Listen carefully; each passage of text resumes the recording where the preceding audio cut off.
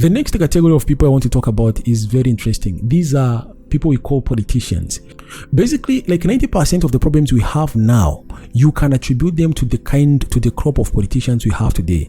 Politicians have done so many bad things such that we are traumatized. Every time when you hear politics, campaigns, a politician talking, you know this is a no good thief who's out there to destroy our lives. Now, I don't want to be misquoted because there's a big difference between a politician and a leader. I'm not talking about leaders because the leaders are good people. In fact, let us talk about the difference between a politician and a leader. A politician is a selfish, conniving individual. A politician is a selfish person who only thinks about himself. A leader is a selfless person who thinks about the community, who thinks about his people. A politician is a person who thinks about how the people can serve him, how he can make the people his subjects or her subjects. A leader is a person who thinks on how he can serve the people better, is a servant. By the way, that's why you call them ministers, Minister of Agriculture, Minister of Foreign Affairs. The word minister means a servant. So a true leader is going to serve his people. Now, a politician is always thinking about his next election. How can I win the next election? How much money can I steal so that I can campaign for the next election? A leader is always thinking about the next generation. After I'm gone, what kind of legacy am I going to leave behind? A politician is always thinking about how he can stay in power until he dies. A leader, a true leader, is thinking about how he can leave power and empower the next generation, is thinking about how he can train other leaders, is thinking about how he can train other people so that by the time he leaves, actually the ecosystem, the power, the balance of power is not going to be hampered. The economic gains will not be reversed because he's out of power. That is a leader. There are so many examples we can give to show, to demonstrate the difference between a leader and a politician.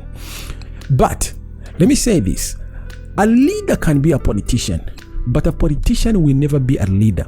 So I know as I'm talking now, as I was giving those examples, you can visualize in your country or wherever you live, you can see who a leader is and who a politician is. Now, I can give examples here and say so and so is a leader, so and so is a politician. But you see, I'm smarter than that. I cannot get myself in unnecessary trouble.